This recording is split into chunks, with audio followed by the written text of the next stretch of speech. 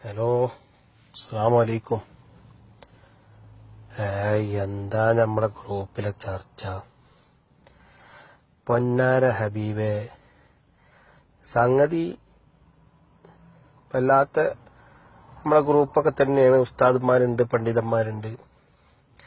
എന്നാലും ഒരു രണ്ടാളും കിടന്ന് കുലുക്കം കണ്ടാല് ഈ ഉസ്താദന്മാരായ ആൾക്കാര്, ദീന് പഠിച്ചവരൊക്കെ എന്താ പറയാ, ഒന്ന് പ്രതികരിക്കുക പോലും ചെയ്യാതെ ഉണ്ടാക്കുമ്പോ വലിയൊരു വിഷമം തോന്നുകയാണ്. കാരണം നമ്മള് SKSFR ആണ്, സംഗതി ശരിയാണ്. നമ്മൾ ദീനി രംഗത്ത് പ്രവർത്തിക്കുന്ന ഒരു ഗ്രൂപ്പാണ്. നമുക്ക് ഒരു ഗുണത്തിന് വേണ്ടിയിട്ടാണ് നമ്മൾ ഈ ഗ്രൂപ്പ് ഉണ്ടാക്കിയിരിക്കുന്നത്. എന്നിട്ട് ആരും ഇതിനെ കുറിച്ചൊന്ന് ഒരു പ്രതികരിക്കാതെ അങ്ങനെ മുണ്ടാതെ നിൽക്കുമ്പോ എനിക്ക് രണ്ട് വോയിസ് കേട്ടപ്പോൾ ഒരു വിഷമം തോന്നി. അപ്പൊ നിങ്ങൾ വിചാരിച്ചു ഞാൻ SKSFRനല്ല, ഞാൻ അതിന്ന് പുറത്തു പോയി എന്നുള്ളതിൽക്കാണോ ഞാൻ സംസാരിക്കുന്നത്? അല്ല, നമ്മക്ക് ഈ SKSF നമ്മൾക്ക് സംഘടനാപരമായ നമ്മളെ പ്രവർത്തനം, അതും നമ്മൾ നാടിനും നാളെ നമുക്ക് ഇഹലോകത്തും പരലോകത്തും ഗുണം കിട്ടാൻ വേണ്ടിയിട്ടാണ് ഈ സംഘടന ചട്ടക്കൂട്ടിലായി നമ്മൾ നിൽക്കണേ. അപ്പൊ നമുക്ക് നാളെ മരിച്ചു പോണ്ടേ? ഖബറിൽ നമ്മളെ ഏതെങ്കിലും സംഘടനന്റെ ലേബലിലല്ലല്ലോ നമ്മളെ നാളെ ചോദ്യം ചെയ്യാം. എന്തിനാ കാന്തപുരത്തിന്റെ പേര് കേൾക്കുമ്പോത്തിന് ഇങ്ങനെ തെറി പറയണ്?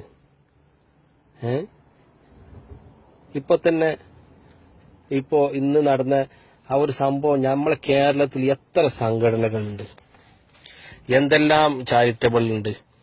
എന്നിട്ട് ആരെങ്കിലും പോയിട്ട് ആ മരിച്ച ഷഹീദ് ഫൈസലിന്റെ കുട്ടികളെ ഏറ്റെടുക്കാനോ കാര്യങ്ങൾ ചെയ്യാനോ ആരെങ്കിലും വന്നോ?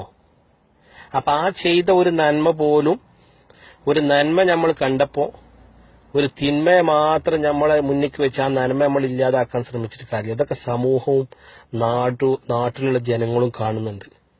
കാരണം കാന്തപുരം അവിടെ പോയി ആ ഒരു കുട്ടികളെ ഏറ്റെടുത്ത് ആ കുട്ടികൾക്കൊക്കെ കൈ കൊടുക്കുന്ന ഒരു ഫോട്ടോ ഒക്കെ ഫേസ്ബുക്കിൽ പ്രചരിപ്പിക്കേണ്ടവര് എപ്പിക്കാര്.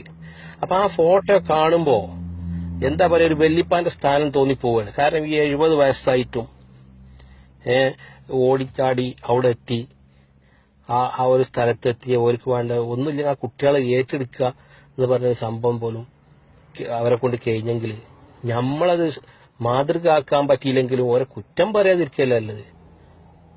ഞാൻ എന്റെ ഒരു അഭിപ്രായം പറഞ്ഞതാ. കാരണം ഈ രണ്ടാള് വോയിസ് ഇങ്ങനെ കേട്ടപ്പോ സംഗതി നമ്മൾ SKSFന്റെ ഗ്രൂപ്പാണ്, പുറത്താരും ഇല്ല, പക്ഷെ ഉസ്താദ്മാർ ഇതിലുണ്ട്. എന്നിട്ട് ആരും ഒരു പ്രതികരണം പോലും അറിയിക്കാതെ നമുക്ക് നാളെ മരിച്ചു പോണ്ടേ? അപ്പൊ ആ വിഷമം കൊണ്ട് ഞാൻ പറയാം. അല്ലാതെ ഞാൻ ഈ പറയണത് ഞാൻ SKSFRനെ അല്ലാത്തോണ്ടല്ല. നമ്മളതൊന്ന് കാര്യം ഒന്ന് മനസ്സറിഞ്ഞ് ഇതിപ്പോ നമ്മളെ ഗ്രൂപ്പായതുകൊണ്ട് പറയാ, പുറത്തിങ്ങനെ പറയാൻ പറ്റില്ല. നമ്മൾ എല്ലാത്തിനും എന്ത് കണ്ടാലും എതിർപ്പ് എന്നുള്ള ആ ഒരു കാര്യം നമ്മൾ മാറ്റണം. കാരണം നമുക്ക് നാളെ മരിച്ചു പോണം. അപ്പൊ നിങ്ങളൊന്ന് ഒന്ന് സ്വന്തമായിട്ട് ഈ പറഞ്ഞ ആൾക്കാരും നമ്മളെ ഗ്രൂപ്പിലുള്ളവരൊക്കെ ഒന്ന് രാത്രി പോയി കിടന്നുറങ്ങുമ്പോ ഒന്നെന്താക്കുക, നിങ്ങൾ സ്വന്തമായിട്ടൊന്ന് ആലോചിക്കുക. അല്ലാതെ നമ്മൾ SKSFR ആണെന്നും പറയാം, ഒരു കാന്തപുരത്ത് നിന്ന് പച്ചർച്ചിന്ന് നടന്നിട്ട് എന്ത് കാര്യമുള്ളത്? റസൂലിനെ പണ്ട് പറഞ്ഞില്ലേ, അവസാന കാലം വരുന്ന പണ്ഡിതന്മാർ അമ്പിയാക്കളെ പോലെയാണെന്ന് റസൂലിനെ പറഞ്ഞിട്ടുണ്ട്. ഒരു അമ്പിയാക്കളെ മാതിരി. കാരണം റസൂലിനോട് കൂടി അമ്പിയാക്കള് നബിമാര് നിന്നല്ലോ. അപ്പൊ പിന്നെ അവസാന കാലത്ത് ഉള്ള അമ്പിയാക്കളെ ഓര് എന്ത് തെറ്റ് ചെയ്തോന്നുള്ളത് നമ്മൾ നോക്കണ്ടല്ലോ. നമുക്ക് മരിച്ചു പോകണമെന്നുള്ള ചിന്താഗതി നമുക്ക് വേണ്ടേ? ഈ 70 വയസ്സായിട്ടും ആ മനുഷ്യൻ എവിടെല്ലാം നടക്കണ്, ലോകത്തിന്റെ പല ഭാഗങ്ങളിലും എവിടെ നോക്കിയാലും ഇസ്ലാമിക പരിപാടികളില് മുൻതൂക്കം നടന്ന് എല്ലാ പരിപാടിയും ഉദ്ഘാടനം ചെയ്യണ്. അപ്പൊ ആ കാര്യം നമ്മളൊന്ന് ചിന്തിക്കണം, നല്ലതാ.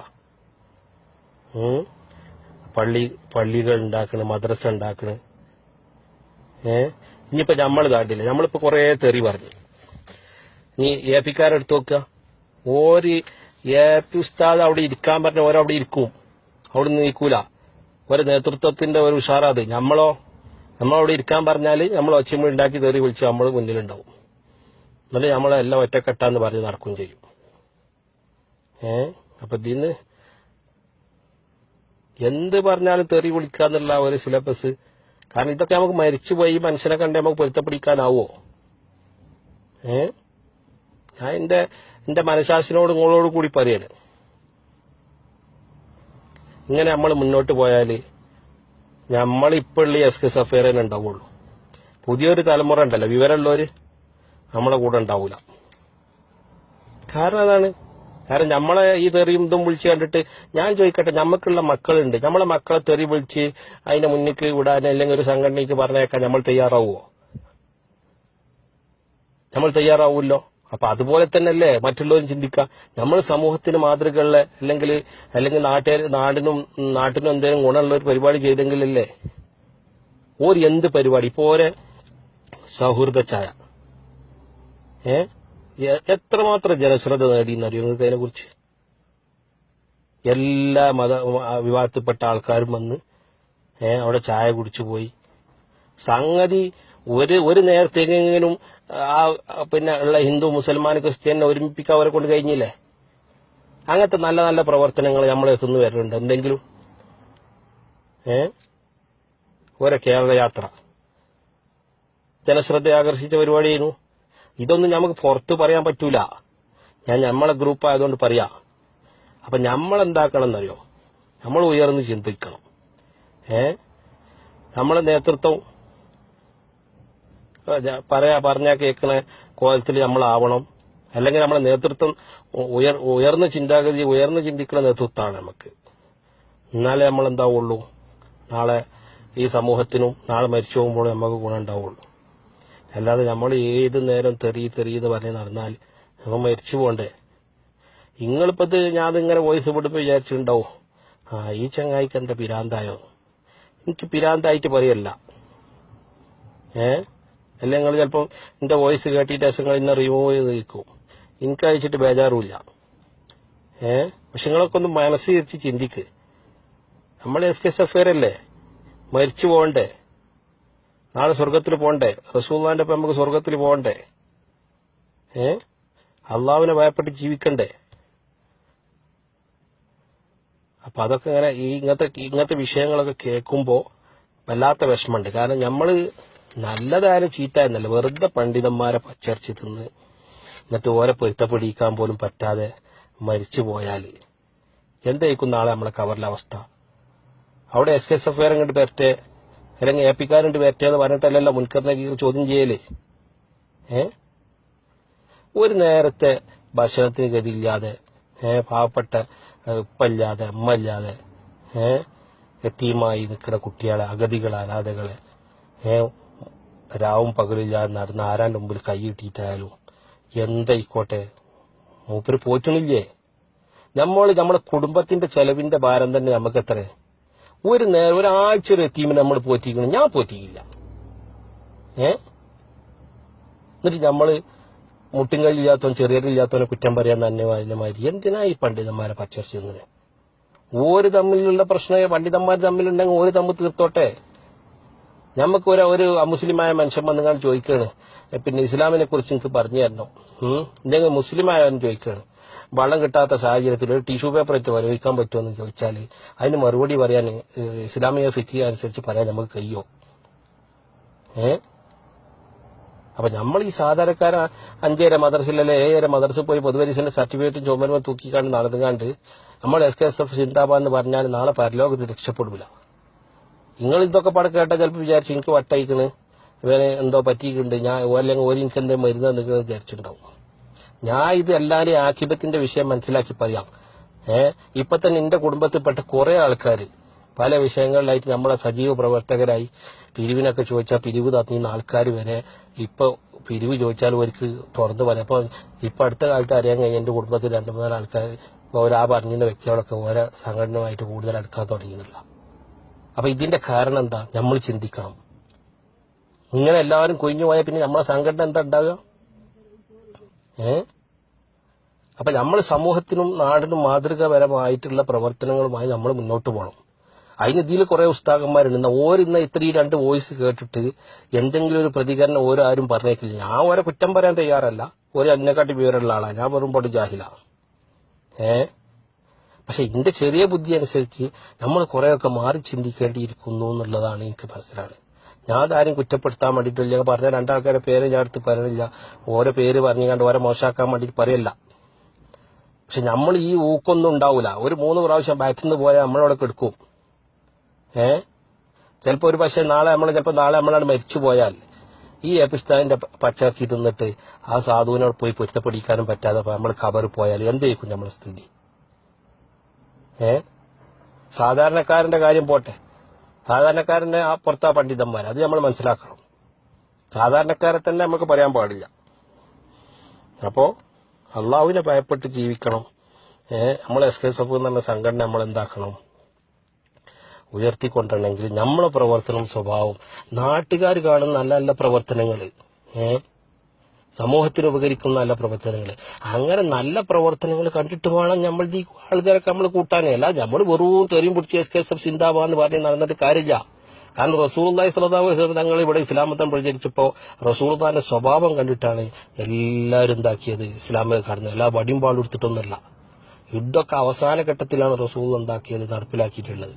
ഒരു നിലക്കും പിടിച്ചു നിൽക്കാൻ പറ്റാത്ത ഗതി വന്നപ്പോ മാത്രമാണ് റസൂലുള്ളാഹി തങ്ങൾ. ബാക്കിയൊക്കെ റസൂലുള്ളാഹി പറഞ്ഞില്ലേ, നബിയെ ഞങ്ങളെ നല്ല സ്വഭാവത്തിന്റെ പേരിലല്ലാതെ നമ്മളെ. അപ്പൊ നമ്മള് റസൂലുള്ളാഹിന്റെ അനുയായികളല്ലേ?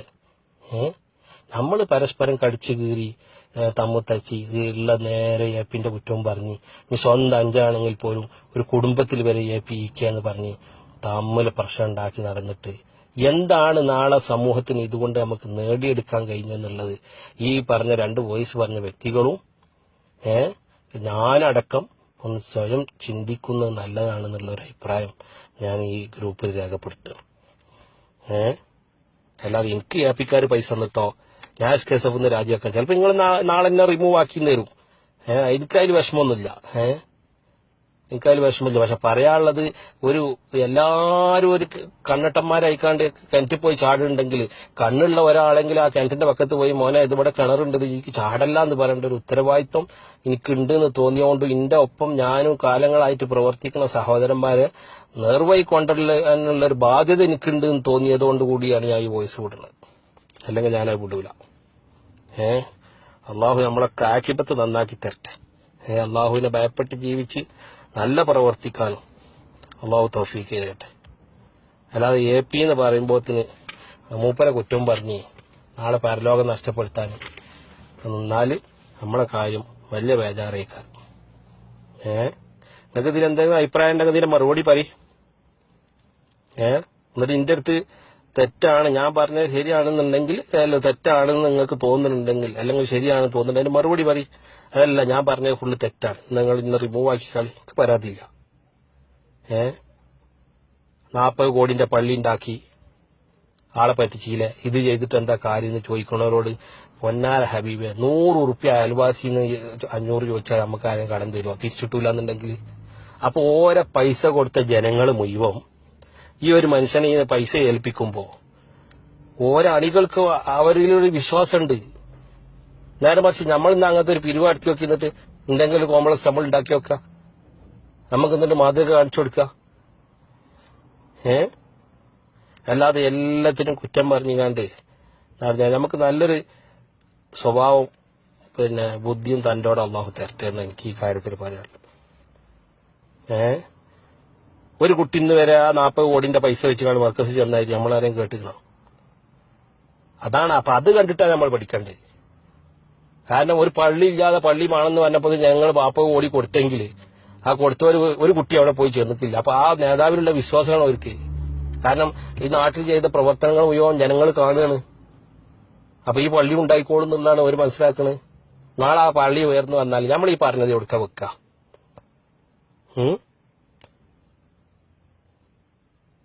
അപ്പൊ ഖബർക്ക് എടുക്കണ്ടേ എന്നുള്ളതാണ്.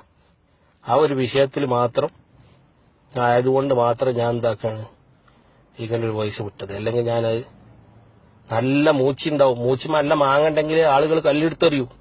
അല്ലാതെ മാങ്ങല്ലാത്ത മൂച്ചിമക്കാരെയും കല്ലെറിയോ? അങ്ങനെ എറിഞ്ഞ ഓനക്ക് വിരാന്താന്നല്ലേ പറയാ. അപ്പൊ മൂപ്പരടുത്ത് കുറെ നന്മ ഉണ്ട്. അതുകൊണ്ട് നമ്മളെ അങ്ങനെ എല്ലാം അതിനിങ്ങനെ കല്ലെടുത്തെറിയാൻ നമ്മൾ നിൽക്കരുത്. മൂപ്പരെ പൊക്കി പറയാൻ വേണ്ടിയിട്ടല്ല. പക്ഷെ നമ്മൾ മനസ്സിലാക്കേണ്ട എന്താ വെച്ചാൽ ഒരു നല്ല നന്മ ചെയ്യുമ്പോൾ ഞമ്മക്കും ഇവിടെ ഉയർന്നു വരണമെങ്കിൽ നമ്മളും അങ്ങനെ നന്മ ചെയ്ത് സമൂഹത്തിനെ കാണിക്കണം. അല്ലാതെ എന്തിനും നമ്മളോ ചെയ്യൂല എന്നിട്ട് നമ്മൾ കുറ്റം പറഞ്ഞാൽ എന്നിട്ട് എന്തെങ്കിലും കാര്യമുണ്ടോ? അപ്പൊ എനിക്കിതിങ്ങനെ കേട്ടപ്പോ ഒരു വിഷമം തോന്നി. അതുകൊണ്ട് ഞാൻ പറഞ്ഞെന്ന് മാത്രം. അതുകൊണ്ട് അല്ലാഹു നമ്മളെല്ലാരെയും ഇതിപ്പോ കേട്ടിട്ട് ചിലപ്പോ ചിലവർക്ക് ഇങ്ങനെ പ്രഷറുകളൊക്കെ ഉണ്ടാവും. പക്ഷെ നിങ്ങളോട് എനിക്ക് പറയാനുള്ള ഒന്നുള്ളൂ, നിങ്ങൾ രാത്രി പോയിട്ട് ഒന്ന് ഒഴിഞ്ഞിരുന്ന് സ്വന്തം മനസാക്ഷിനോട് ചോദിച്ചു നോക്കോളി, ഞാൻ ഈ പറഞ്ഞത് എന്തെങ്കിലും തെറ്റുണ്ടോ? തെറ്റുണ്ട് നിങ്ങൾക്ക് തോന്നുകയാണെങ്കിൽ നിങ്ങൾക്ക് ഇന്ന് എന്ത് വേണമെങ്കിലും ചെയ്യാം. അല്ല നന്മ ഉണ്ടെന്ന് തോന്നിയാൽ നിങ്ങൾ അത് അംഗീകരിക്കുക. എന്നിട്ട് നമുക്ക് ചിലപ്പോ ഈ ഗ്രൂപ്പിൽ തന്നെ കുറെ കുട്ടികളില്ലേ മുതിർന്നു വരുന്നേ. അപ്പൊ നമ്മൾ ഈ പ്രവർത്തനം കണ്ടിട്ടാണോ അവര് പഠിക്കുന്നത്? അപ്പൊ അവര് പഠിക്കുമ്പോ ഒരു കുടുംബത്തിൽ നല്ല വ്യക്തി ജീവിതത്തിൽ തന്നെ എന്ത് നന്മ ചെയ്താലും കുടുംബത്തിലോ ചെയ്താലും ഇതേ സ്വഭാവത്തല്ലേ ഒരു പോവുക. അതുകൊണ്ട് എനിക്ക് ഞാൻ കൂടുതലൊന്നും പറയണില്ല. അള്ളാഹു നമ്മളെല്ലാരും നന്നാക്കി തരട്ടെ. നമ്മുടെ SKSF പണ്ഡിതന്മാർക്കൊക്കെ അള്ളാഹു ആഫിയത്തുള്ള ദീർഘായുസ് കൊടുക്കട്ടെ. നമുക്കെല്ലാവർക്കും അള്ളാഹു നല്ല ബുദ്ധി പ്രദാനം ചെയ്യട്ടെ.